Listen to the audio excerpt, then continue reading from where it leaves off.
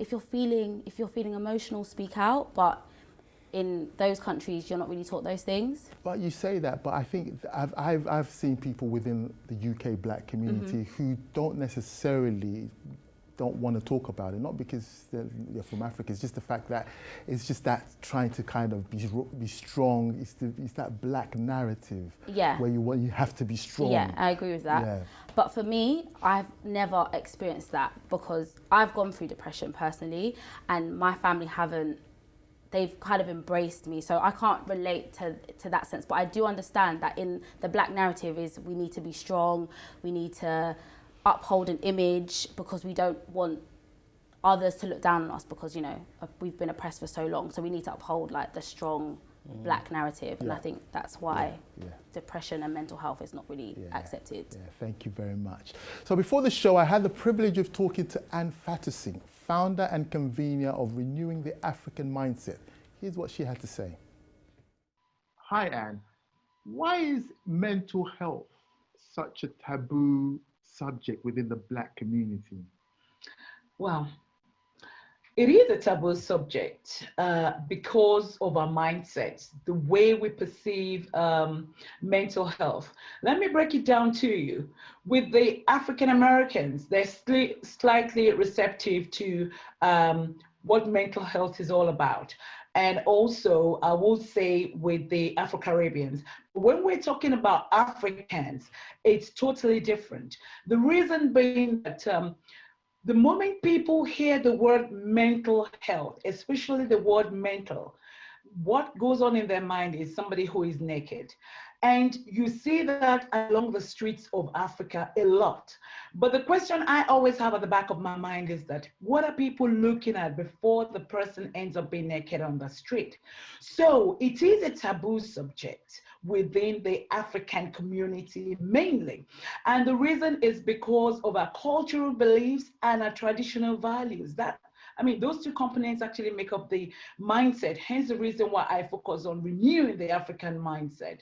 Anyone at any point in time can experience mental health challenges. It could be loss of a child, it could be due to loss of business, it could be anything, it could even be stress that will trigger something like that. So it is a taboo subject in the sense that people believe the person is about to run amok, and so people keep quiet about it. They hardly say anything until the person's condition actually degenerates. So what I'm more or less saying is that it's due to the cultural beliefs. And it's so strange because there's some people, even though they are educated, but it's just the way we think, the way the mindset is. And that's why they believe that let's keep it quiet within the family. And unfortunately, the person would not get the right treatment or support because they are keeping it quiet. Don't forget that we also struggle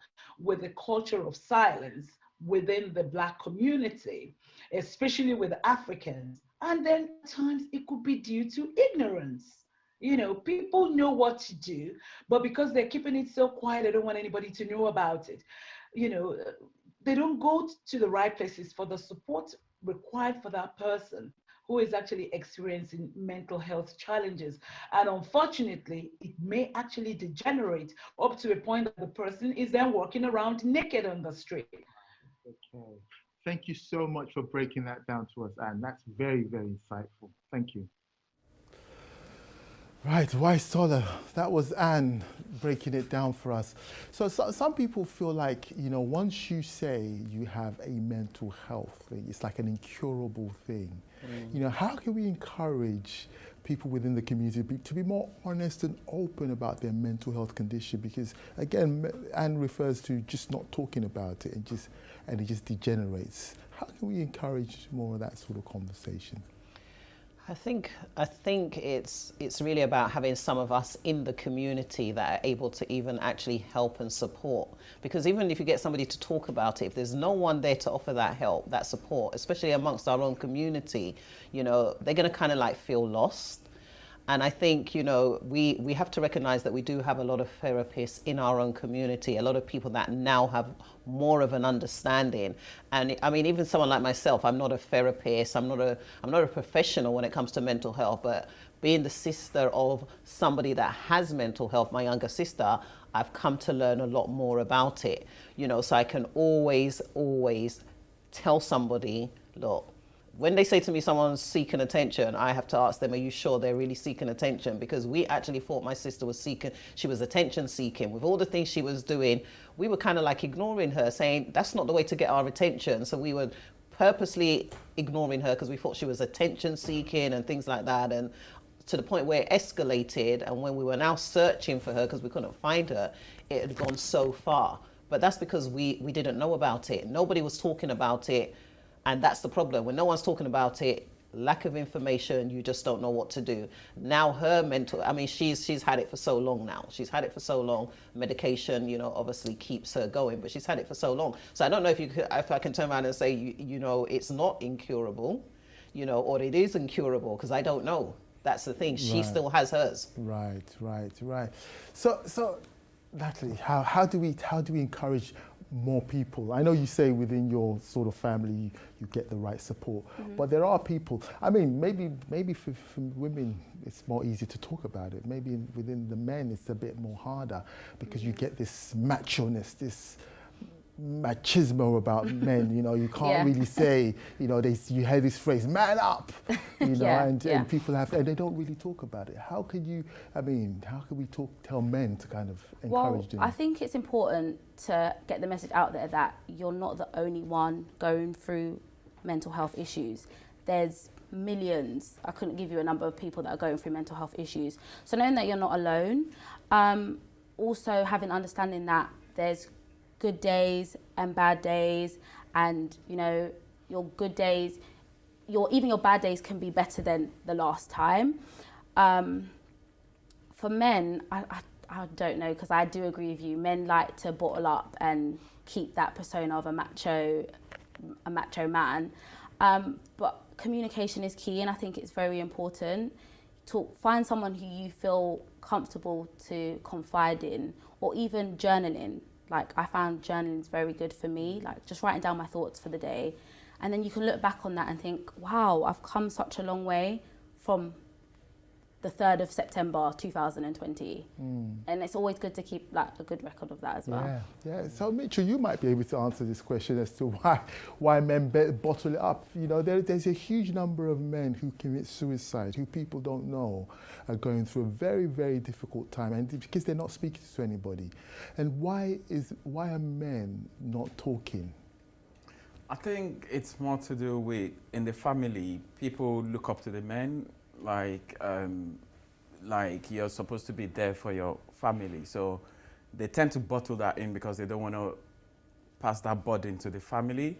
So what does happen is sometimes seeking help with your family not knowing, in terms of, like for men, for example, there's services out there that you could reach out to, and you speak, and it's confidential. So you speak to those services out there.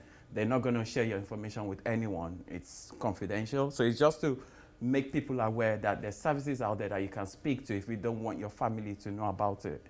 So those are ways you can actually encourage them.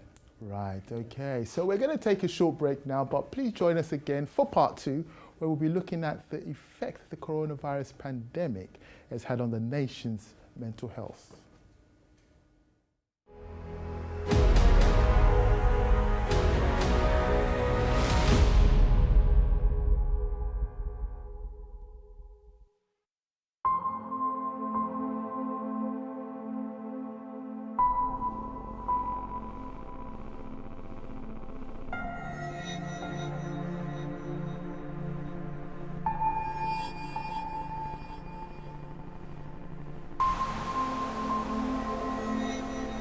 Look them in the eyes and tell them you're doing all you can to stop the spread of COVID-19.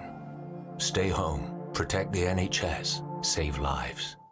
When you roam and come back home, best you wash it, bish, bash, wash it, like boy. What's the first step towards victory? Failure.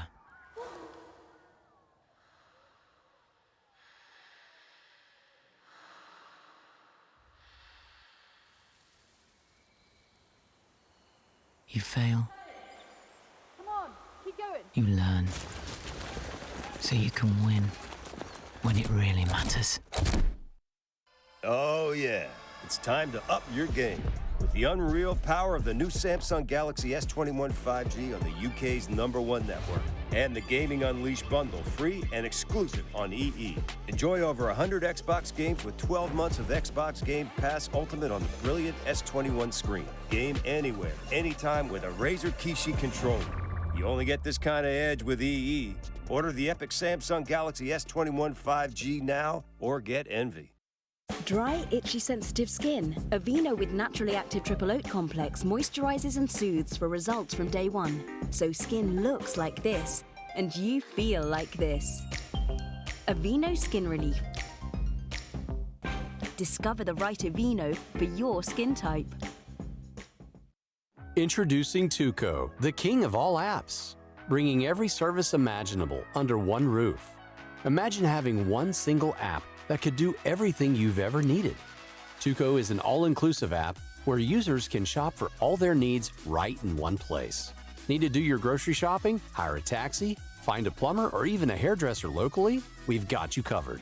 Not only will Tuco make life easier by bringing all your needs into one place, but we're helping thousands of local service providers to reach new clients and grow their business. With Tuco, we've got everything you can ever imagine.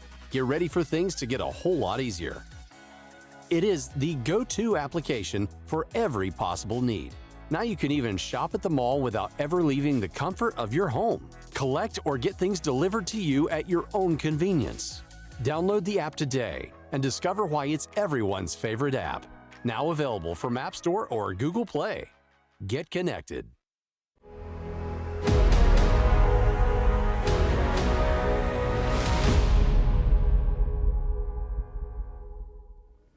Welcome back to Your Voice with me, Gabriel Renu, where we're discussing mental health and in this section particularly the impact of COVID-19. Now, worldwide Afrobeat superstar Davido has recently said that COVID has put a particular strain on everyone.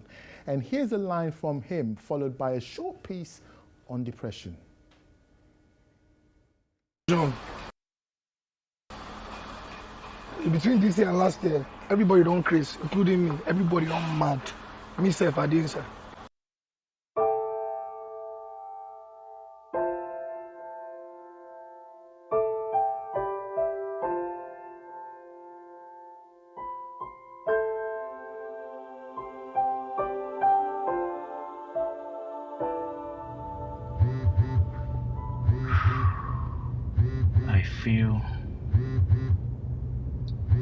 I feel I'm fine. Get up. Lonely? Not even close.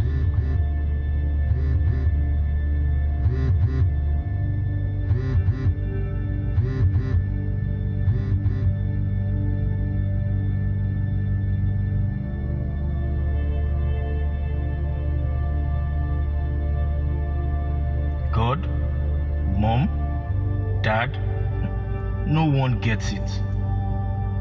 I've given up on the idea that someone will come and save me, swoop in the nick of time. I alienate myself. I know I do. But it's for the best.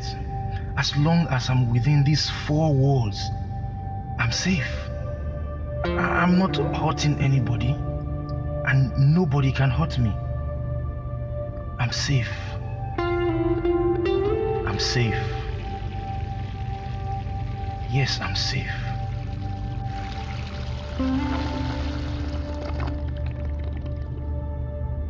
Who you be? I'm hoping one day this person in the mirror talks back. Answer me. Show me proof of your existence.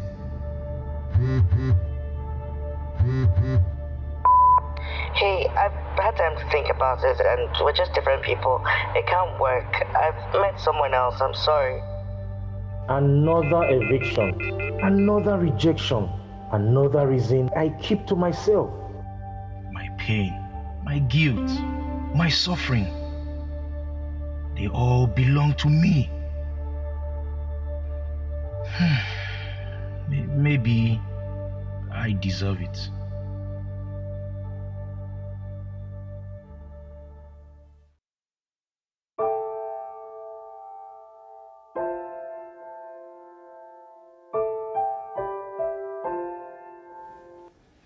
Still with me in the studio, I have my guests, Mitchell Basharon-Smith, Weiss Toller, and Natalie Carmen. So Mitchell, are we going to see a long-term consequence as a result of this pandemic? That's 100%. You need to remember a lot of people, they actually lost their jobs during this pandemic, and that's their first time being in that kind of position. So now it's still fine because there's a lockdown, but when the reality sets in, when they're not able to go back to work, a lot of people, this is the first time they've been in that kind of seclusion where they're home, they're not used to it. So definitely by the time they get back into the community, it's going to be very difficult. So you have people who have actually presented first time with mental health issues. So definitely after the whole pandemic thing, then they have to start dealing with their mental health issues before they get back. So it's still going to be a continuous thing. Right. Okay. So Mitchell mentioned there about the loss of job being the first thing that actually has a hit on one's mental health. I think sometimes even being at home too long, you know, with your family and being in a very confined space can also impact your health. What are your thoughts? Absolutely. For me, I would say loss of freedom will have an impact on a lot of people. I mean, I'm someone, I like being at home, so I don't have a problem. You know, I used to joke with my friends and say lockdown was created for me. I like being at home.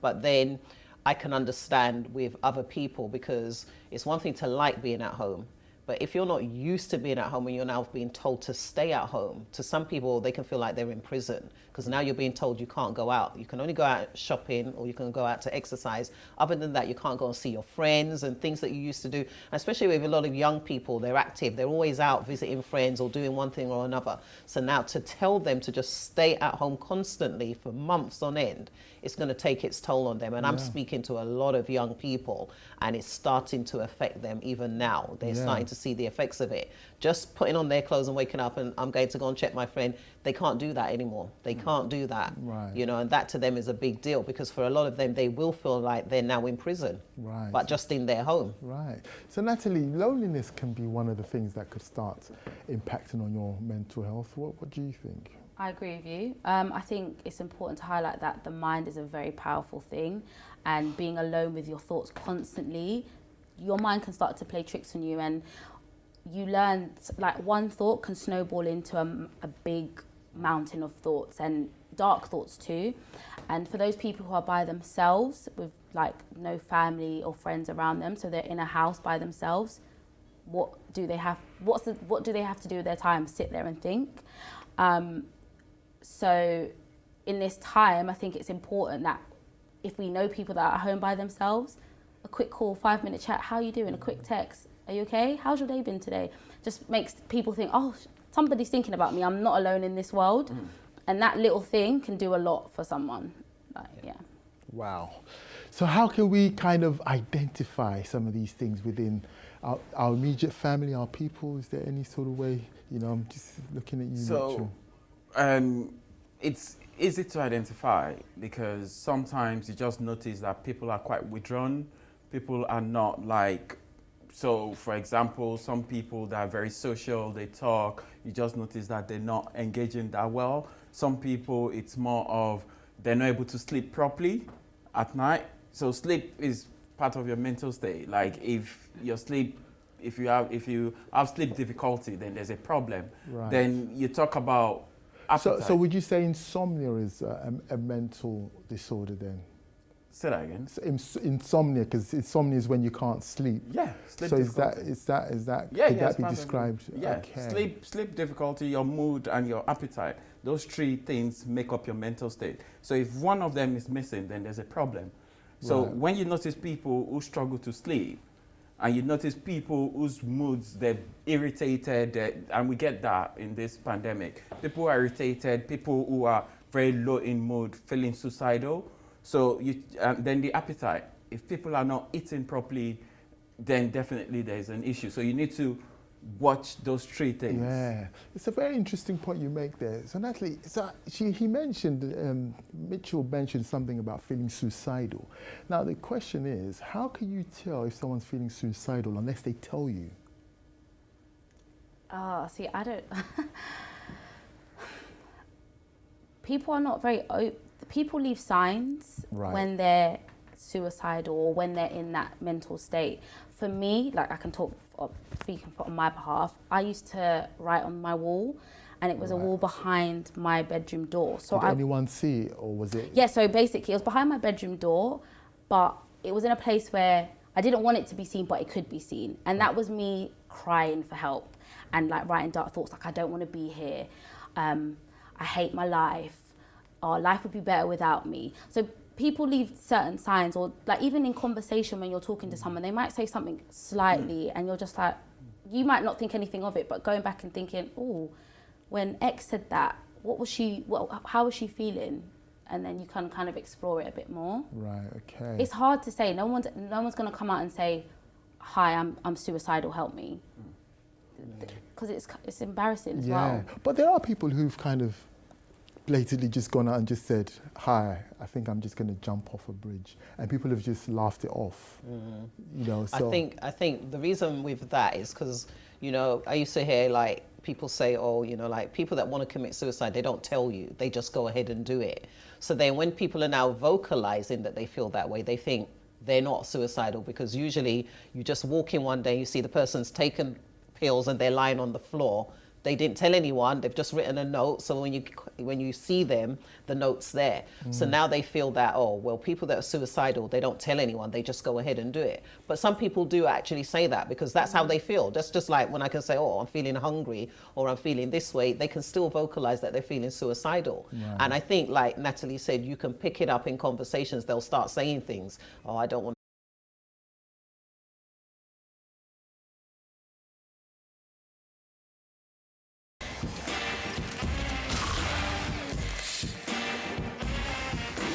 velvety vanilla ice cream, covered with the perfect balance of Magnum cracking chocolate and rich caramel sauce.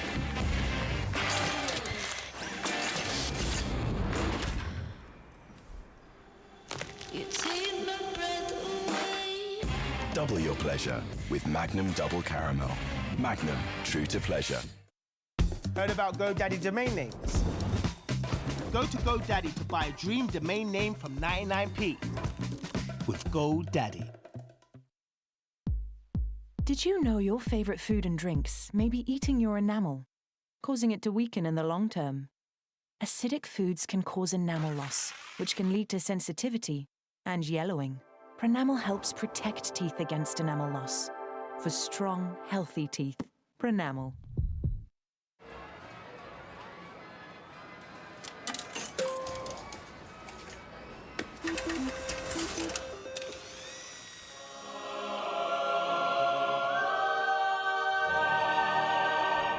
That'll do. In Yorkshire, when we say that'll do, it means it'll more than do. Great value broadband, award-winning customer service for only $22.99 a month. That'll do. Offer ends 3rd of March. Surge plus net fibre. Need to send money abroad? No problem. Log on to Yanga.money and send money using the best rates. Yanga.money secures the best rates for you using our reliable and trusted partner money transfer service. It's fast, easy, and secure, and your recipient will receive the funds directly to their bank accounts or via cash pickup. Log on to Yanga.money and send money today. Yanga.money is powered by Funtech Global Communications and Forpex.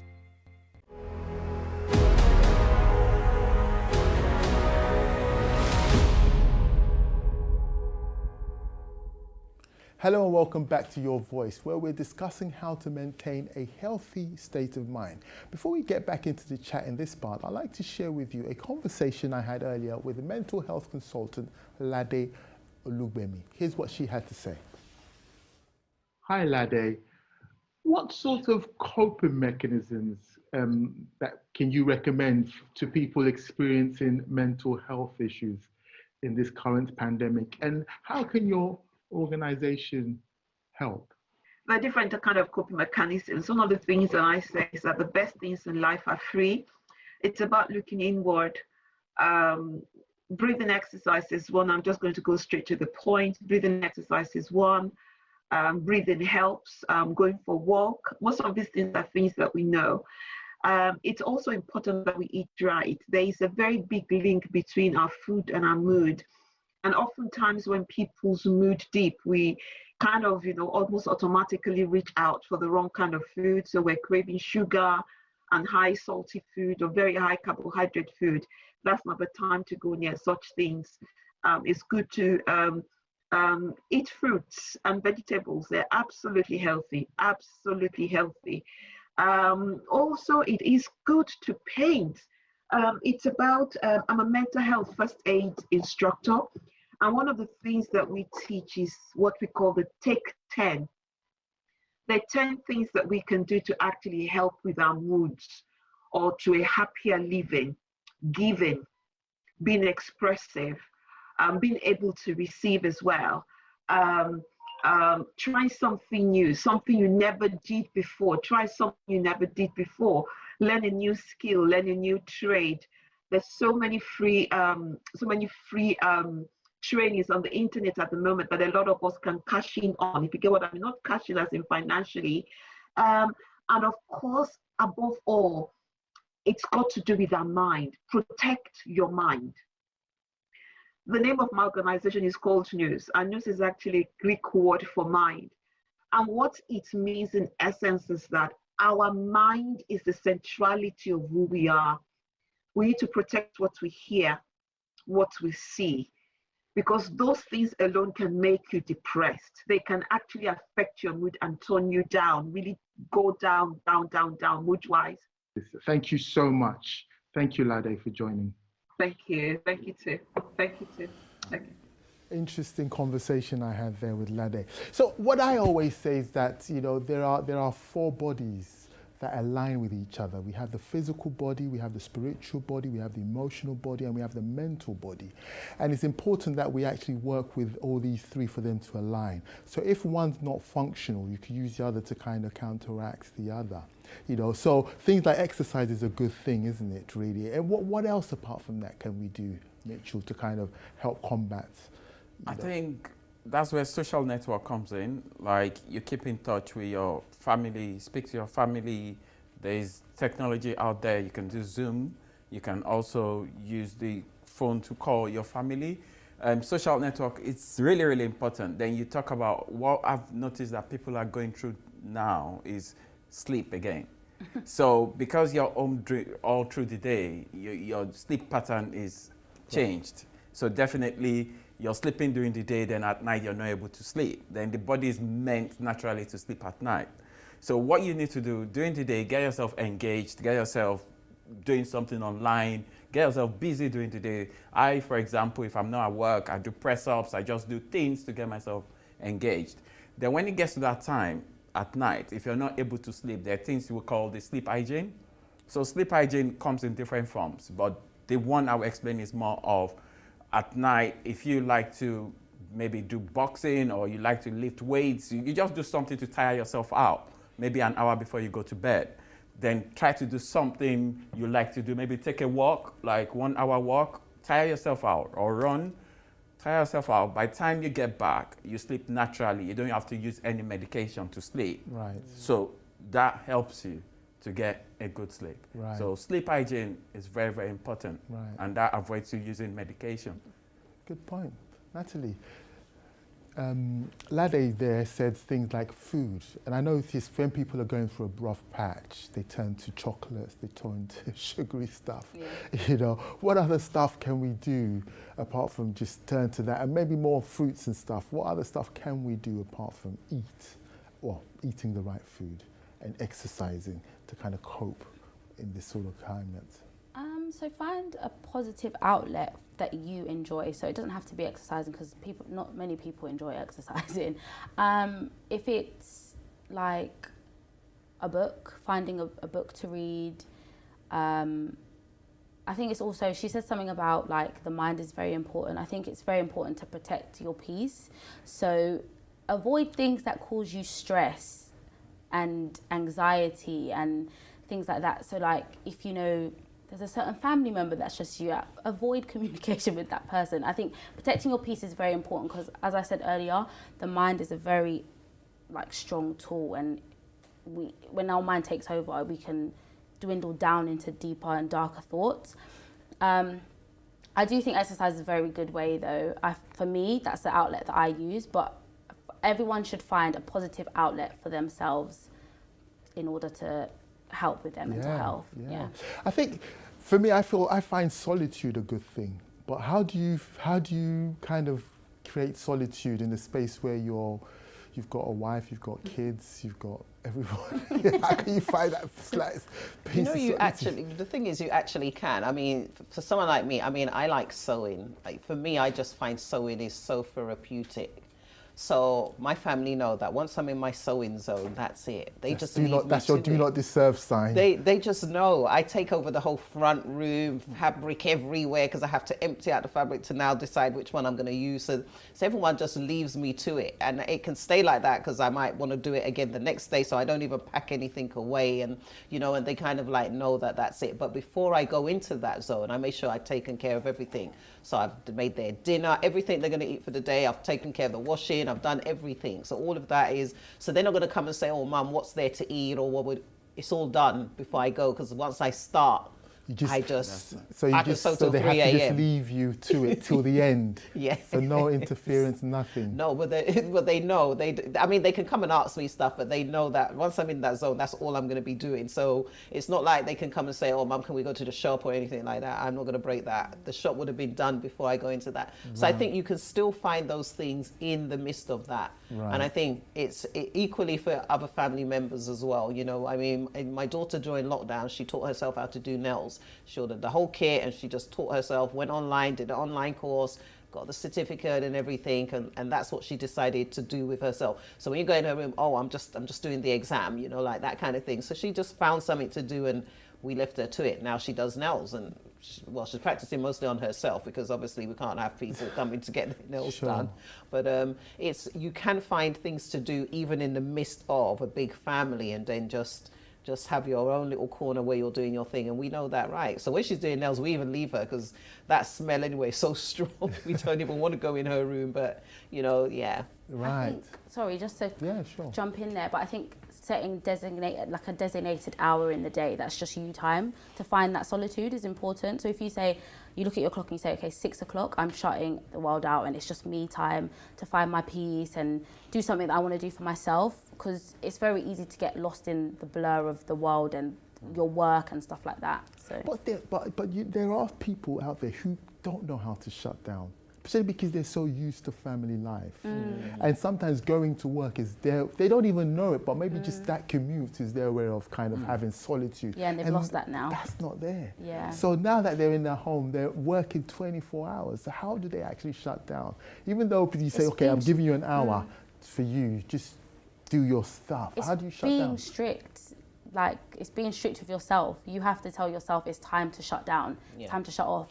I've started working from home now, and my working hours are 9 to 5:30. If I go over, there has to be a time where I'll be like, no, it's enough now. I need to switch off. You have to be strict, and that's what you've got to tell yourself. I have to be strict for myself. Right. Okay. I agree with that. So Mitchell, for those who can't do any of these and they've really reached a certain state, is medication another way of actually dealing with it? I tend to preach about making medication the last resort. Right. So it's more of, you could do talking therapies.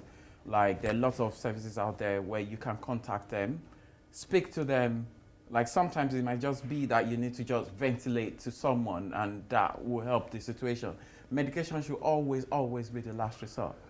But if it gets to a stage where it's not manageable, then you need to look into medication. Right. But it should always be the last resort. But but sometimes, can it also be an interim thing just to kind of get you in To regulate. Yeah. Yes. So can that also play, can medication be that? Definitely. You know? So what does happen is, it's good to, for example, if you're going through a crisis, use the medication for a specific period of time. So they always advise sometimes, if you speak to your GP prescribes you some antidepressants, for example. Right. So every 3 months, it's important for your GP to review that medication. So that's where people miss the line. So you don't go back to your GP, you just continue using the medication. And you need to remember, medication, it gets to a stage, it just doesn't do the work anymore. Right. So that's why there's that review. So when they review it, then they put you back on maybe a higher or lower, or take you off it if you're better. Sure. So that's where the review comes in, but people don't go for that review.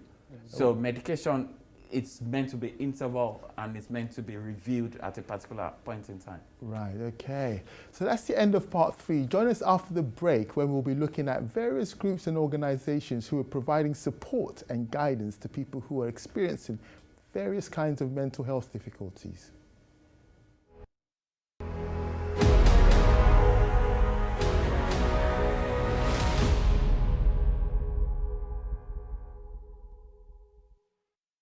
I remember Dad's dance moves. His killer Tash. Dad was just a really happy character. I remember his smile. But I also remember when they asked if he wanted to be an organ donor. And I just didn't know.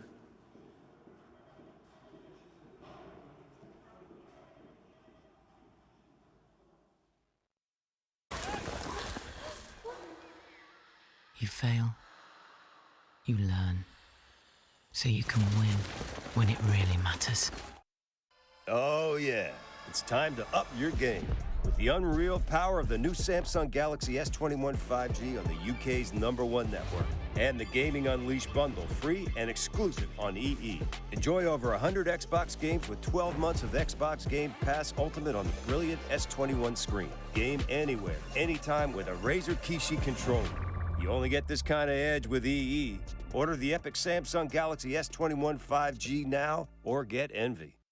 Dry, itchy, sensitive skin. Aveeno with naturally active triple oat complex moisturizes and soothes for results from day 1. So skin looks like this, and you feel like this.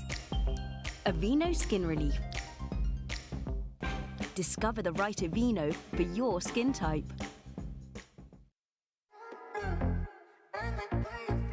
Peloton, come on, let's get this workout started.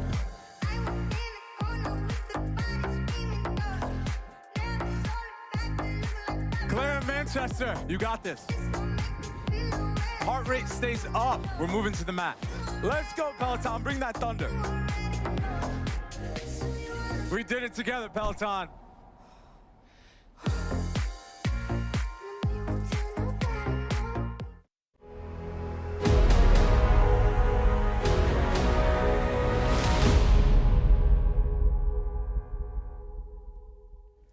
Hello and welcome back to Your Voice. In this final part of today's show, we're going to be looking at the organizations that can provide support to those experiencing mental health issues.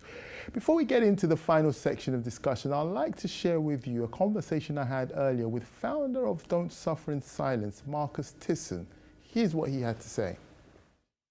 Marcus, how did you get into the mental health space? And tell us a bit about Don't Suffer in Silence. Yeah, well, in 2016, August the 21st, actually, I got a phone call from my auntie saying my mum died. She didn't just die, she committed suicide. She took her own life. She threw herself in front of a train, my local train station at Mile End. I live in East London. And make things worse, 2 months later, my dad passed away. He died as well. 2 months in between my mum. He had schizophrenia all my life. He was in and out of mental health institutions in my life, so I was around that. With mum, definitely there was a shock. She suffered in silence. She didn't show any forms of mental health. Typical Caribbean woman, obviously don't show like kind of tough. So that really was devastating to me and my family. Even to this day, I struggle with the thought of her taking her life. The way she's done it as well, or PTSD and anxiety through that. So a year later, I found in my campaign, Don't Suffer in Silence, I thought Mum suffered in silence. So what my campaign is really, it's social media based really, from Instagram, Facebook, and I share my videos of me and what I'm going through. If I've got a bad day, I'll film it and express my pain. If I've got a good day, I'll film it and basically let people know not to suffer in silence. If they're going through any form of kind of any form of mental illness or hard times, to talk to someone. Right. I don't want anyone to go through what my mum went through. Right. Okay. So what other sort of support, apart from you just encouraging them to talk about it, anything else that any sort of support online that you could provide? A lot of people message me. I'm not a counsellor. I'm a normal guy. I work as a teacher in the school. I'm a normal guy. So a lot of them ask me questions I don't know. So okay. Will direct them to like kind of mind Samaritans, kind of professionals. But a lot of people do message me and I talk to them. That's when I chat. You know what I mean? So I could conversate with them. I've been talking to people for 3 years. That's like they're lonely, they ain't got no one to talk to, and it's a general conversation. I also do walk and talks locally, where I meet up with people before lockdown. Obviously, that's walking and talking, like random people. I put online, they come meet up.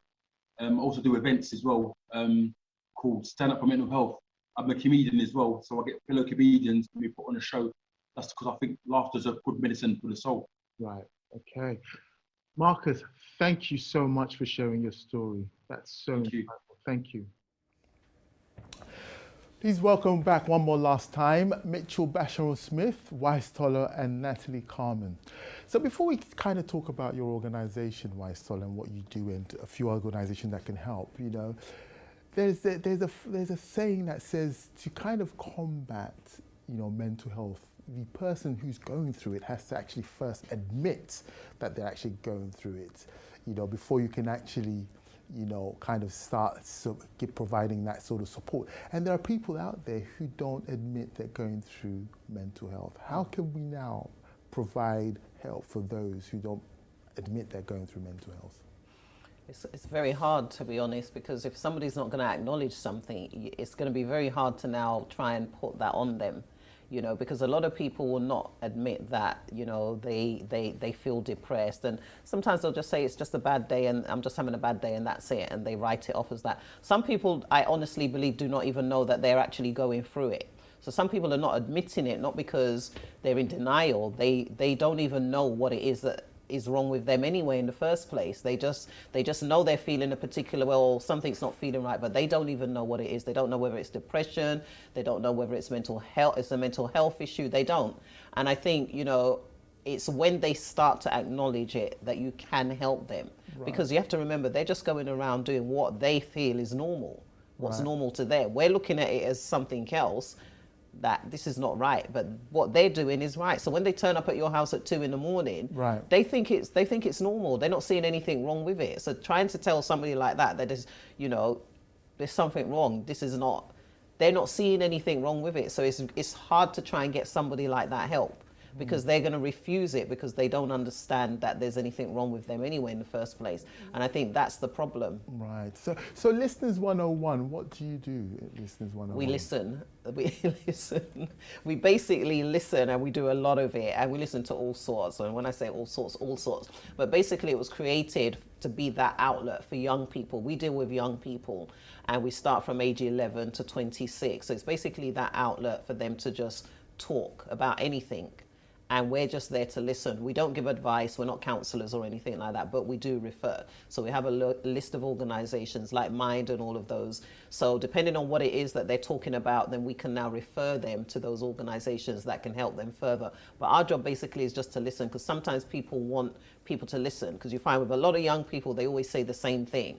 You know, no one understands me. My parents don't understand me. That's what they say to the parents. Oh, you don't understand me. You don't get it, and that kind of thing. But it's when they're speaking, it's like their language is different from the language we speak. So we're trying to counteract what they're saying with our understanding, but they're talking a completely different language. And if you don't understand it, you're not going to get it. Right. Okay. So Mitchell, what organizations are out there that could provide support? I know you've mentioned Mind, Listeners 101. Any others that you feel? So there is, every borough has a crisis team. Every borough has a crisis team. So there is that crisis team where you can... just explain for the viewers at home what a crisis team is, because it might mean different things to different people. Crisis team, like the name implies, is more of when you're in crisis, in mental crisis, you call these professionals who are there 24 hours to give you advice, or it depends on the level of the risk. So if it's for them to come out to your place, they will come out, or they will fix an appointment to do an assessment with you. So every borough has a crisis team. So those crisis teams is, you can just put a phone call to them and explain what you're going through. So most times they signpost people to services that will be of further help. You have the Mind there. Mind up, they do a lot of sessions, like they have the Hearing Voices Network, they have the Phonics Wellbeing Service, and they have a lot of sessions that you'll fall in place. So just call them and they will tell you, okay, this is where you belong, you can get support. Then you have the Listening Place also. Then you have lots of services, but the easiest way to get a service for support, just call your local crisis team.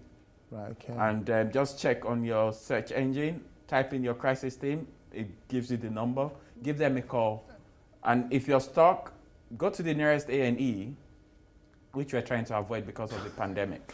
You can say that again. People don't want to go anywhere near. But crisis team is just it. So we've got organizations that could help, but I feel like we haven't even spoken about technical, like devices, like apps that could help. Do you know of any apps that you could feel like can help you? Because there's so many. I'm sure there are apps out there that could. Well, I remember my auntie. During the lockdown, she was like, oh, have you tried the meditation app? So I think it's literally an app that gives you breathing exercises, gives you time to just rest and just take some time to yourself. I haven't used any myself, but the internet technology is such a vast thing. There's so many things out there. People are always inventing new ways and new things for everyone and everything. So I'm sure if you search, something will come up. It's I mean, organizations are good, apps are good, but I think what's most important is kind of educating one's immediate family, isn't it, really? Because there's something about, making sure that your family is that support network. I know with you, Natalie, you had a very strong mother who was right there, who was, like, as you said, a vigilante, so how can we educate, Waisola, how can we educate our family members to look out for these signs and, well, not just look out for them, also provide the relevant support, not say things like calm down, man up, those sort of words, or you're crazy, you know what I mean, or you're seeking attention. How can we now start educating our family members to be able to provide more support? Even just if it's just let me just listen. Let's have a conversation. How can we do that more? Well, I think you're doing what you're doing it right now. It's having the conversations. The more you have the conversations, you find the more people tune in, and then people start to open up, and people start to contact and say, "Oh, wow." You will find a lot of people that are probably watching or listening are they know a family member, or they know somebody, that's going through something that's probably not reaching out because they don't know how to, and things like that. But when you start having the conversation, I remember when I did my Facebook Live and I just talked about my sister, and I just told, so a lot of people that know me didn't know, like yourself. Absolutely, yeah. Didn't know that my younger sister has that. And I just did the whole, and I was talking about everything, what she did. She traveled to the States, burnt her passport, she gave herself a different identity, and and all sorts. And I was telling people about it, and I said, look, it's ongoing, different triggers and everything, and and I had so many people inbox me after, oh my God, they've got a niece that's been going through it for how long, and this, thank you for speaking up. And and I think when you start having the conversations, it starts to empower people to start to talk about it and find out a bit more. So people start to educate themselves. Right, okay. Nancy, we haven't got much time, but I just wanted to quickly touch on how you were able to cope with your situation, how you were able to come out the other end, very briefly. So for me, my mum took me to the GP, and then they referred me to a service, a mental health service called CAMS, and I was doing speaking therapy from the age of about 14 to 18. And it's now taught me coping mechanisms for life. So when I'm having bad days, I try and take control of my thoughts and think, okay, it's not that bad. This thought you're having is not that bad, and not letting it snowball. And I think that's important, learning different coping mechanisms and going to see your GP. Yeah, They're there for a reason. Thank you so much, guys. Well, that's all we have time for on this edition of Your Voice. I'd like to thank my studio guests, Mitchell Basharon-Smith, Weiss Toller and Natalie Carmen. And thank you for watching Your Voice. I won't be back next week, but look forward to seeing you once again in March. But until then, I'm Gabriel Redu. Have a pleasant evening and goodbye. It seems extraordinary that there's nothing that the coronavirus doesn't touch. All see Black Lives Matter demonstrations. Oppression is brought out. So unfortunately, because I just feel like we're going down this road, we've been down this road before. We've had